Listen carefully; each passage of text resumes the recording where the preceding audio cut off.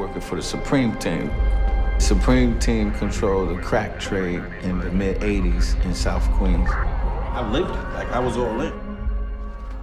To the point that I was getting ready to murder somebody. And that's a scene from the explosive new documentary, Cops and Robbers. Corey Pegues is making headlines all over again because he's lived on both sides of the law. Now retired from the force, he joins us to talk about the film that chronicles his extraordinary life. Mr. Pegues, thanks for being here.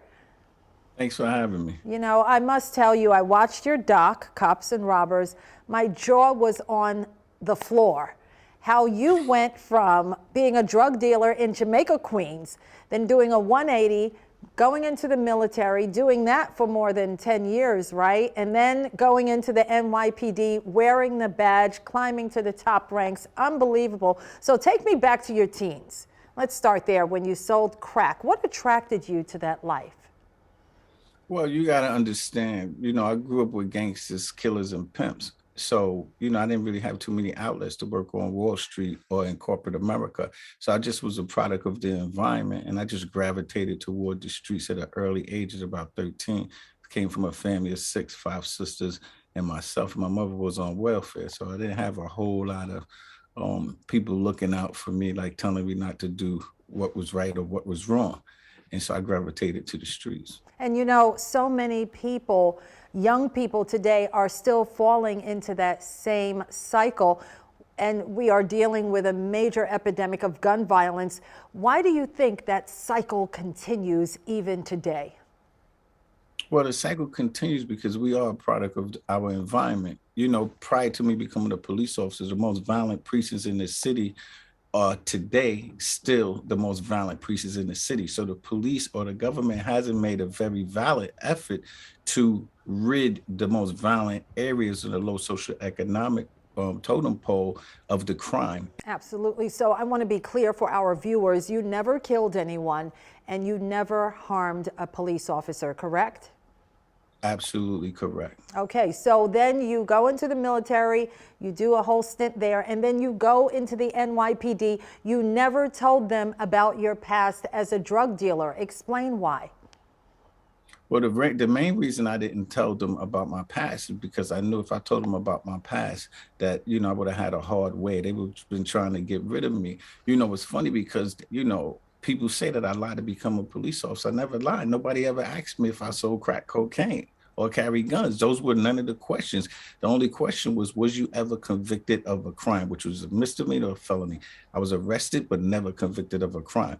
And so when you look at it in totality, I answered the question the best of my ability, and I was truthful. Okay, and you became the commanding officer of one of the most violent precincts in the city, the 6-7 in East Flatbush.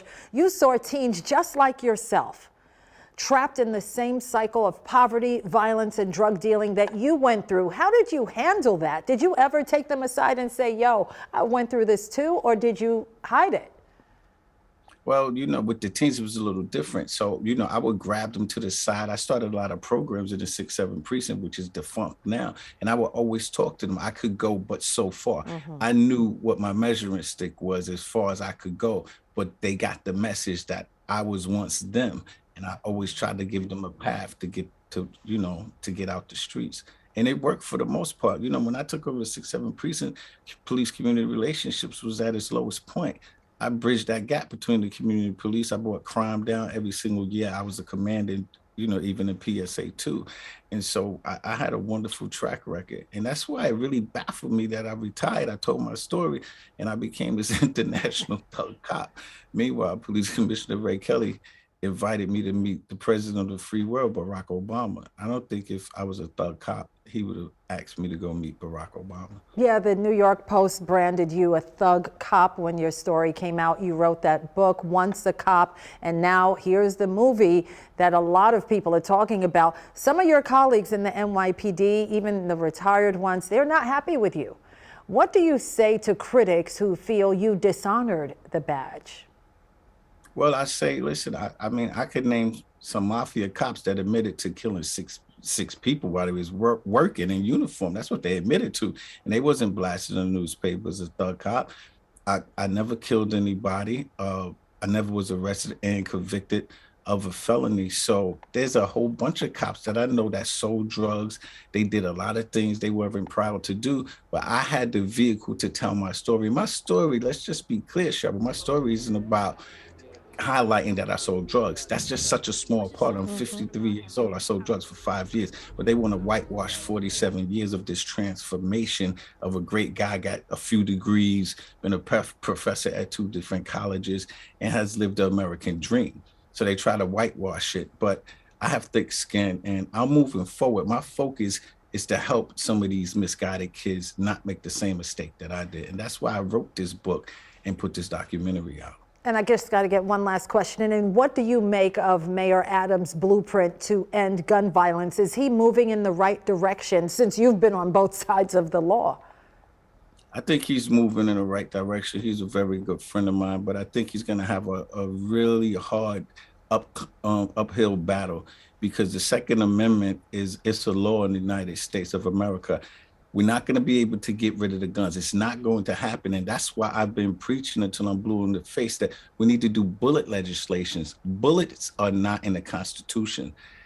Guns don't kill people, bullets do. So if we legislate bullets and make it so hard for people to get bullets, it don't matter how many guns they have. But we got to do something different. And bullet legislation is the way. So you heard it here first, Cheryl, on your show. Bullet legislation. Bullet legislation, according to Corey Pegues. The film is Cops and Robbers.